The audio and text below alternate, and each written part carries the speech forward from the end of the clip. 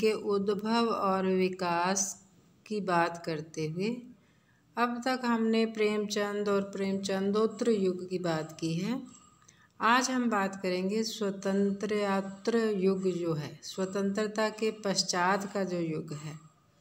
स्वतंत्रता के पश्चात कहानी में विकास के जो हैं दो मुख्य चरण दिखाई देते हैं।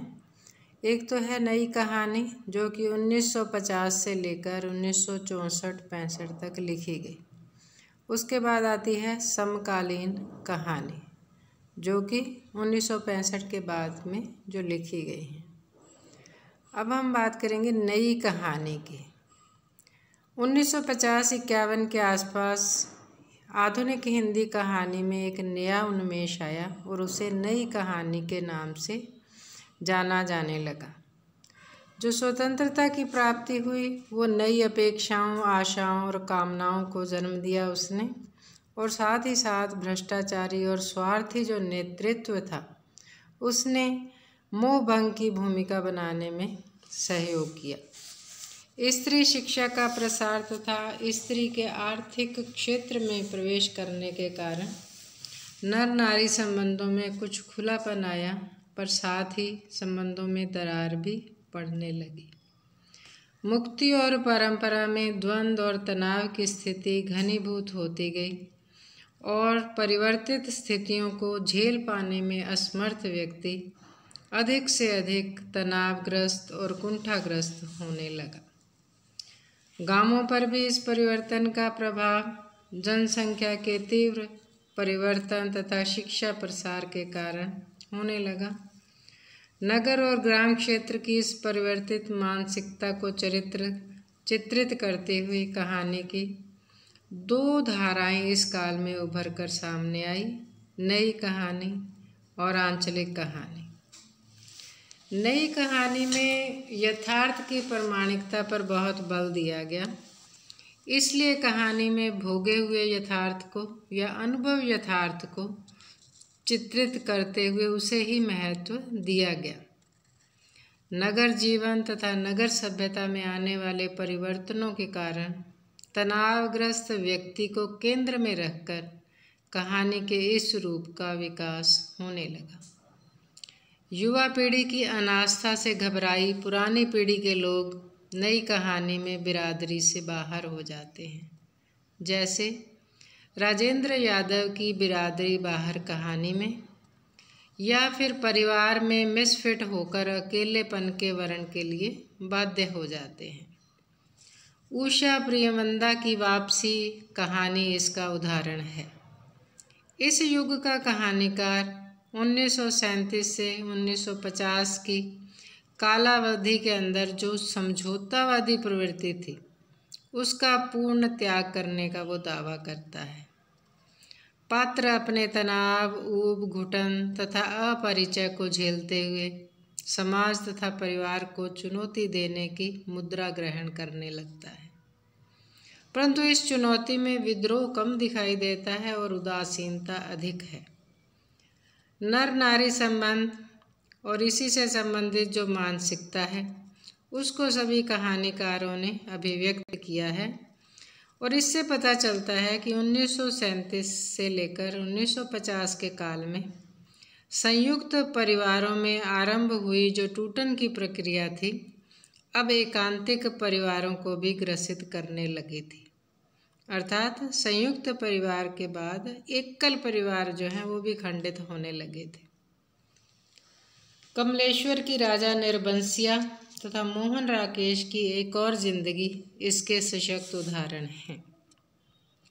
व्यक्ति नई परिस्थितियों में स्वयं से टूटते हुए परिवेश से जूझ रहा है और दूसरी ओर वो आर्थिक संकट से भी संघर्ष कर रहा है। इन समस्त कारणों से उसका अंतर्मन अकुलाहट, कुंठा, संत्रास, नैराश्य, अकेलेपन इत्यादि को अभिव्यक्त करता है तथा नए मानवीय दृष्टिकोणों और आयामों की तलाश भी करता है। उसकी संवेदना और अनुभूति अर्थ कामना तथा सेक्स कामना की पूर्ति में बिखर रही है। वह समाज, परिवार, दाम्पत्य जीवन से कटकर आत्मपरक होता जा रहा है।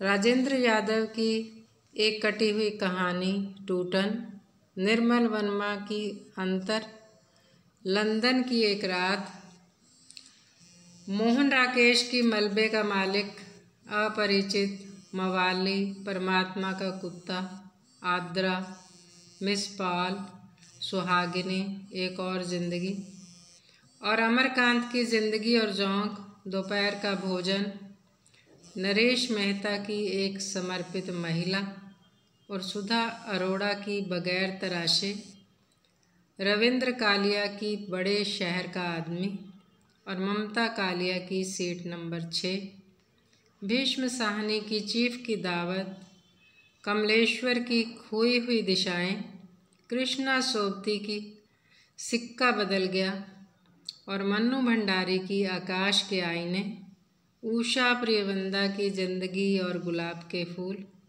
सुधा अरोड़ा की एक विवाहित पृष्ठ इत्यादि कहानियों में बहुआयामी और व्यापक रूप से यथार्थ की अभिव्यक्ति हुई है।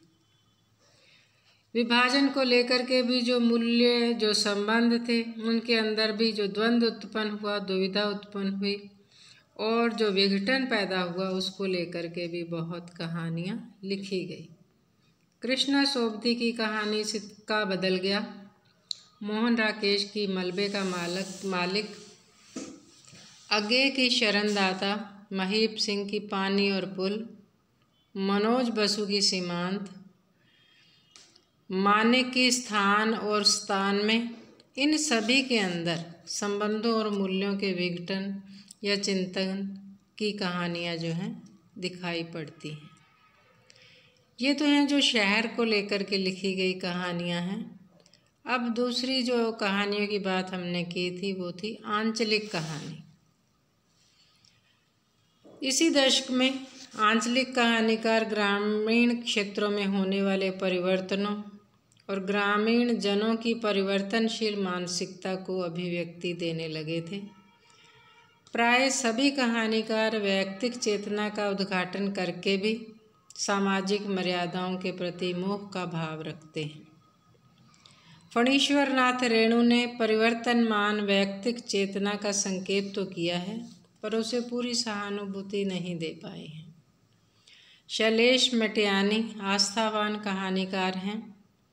मुक्तिबोध तो घर से भागे फिरने वाले लोगों के प्रति घृणा व्यक्त करते हैं। परिवार में लौटने पर ही उनके ऐसे पात्रों की सार्थकता दिखाई देती है। इसी धारा के अंदर मार्कंडेय अवश्य अपवाद रूप में हैं। विवाह, परिवार तथा सामाजिकता में अनास्था व्यक्त करके वे व्यक्ति को सहानुभूति मात्र न देकर उनकी वैयक्तिकता को पूर्ण समर्थन भी देते हैं। सन 61 से 75 तक का काल हिंदी कहानी के संदर्भ में अधिक हलचल और वैविध्य का काल सिद्ध हुआ। कथा आंदोलनों की दृष्टि से आगे चल कर के अकहानी, सचेतन कहानी भी इसी काल की जो विशेषताएं हैं, जिनकी चर्चा विस्तृत रूप में हम अगले वीडियो में करेंगे। धन्यवाद।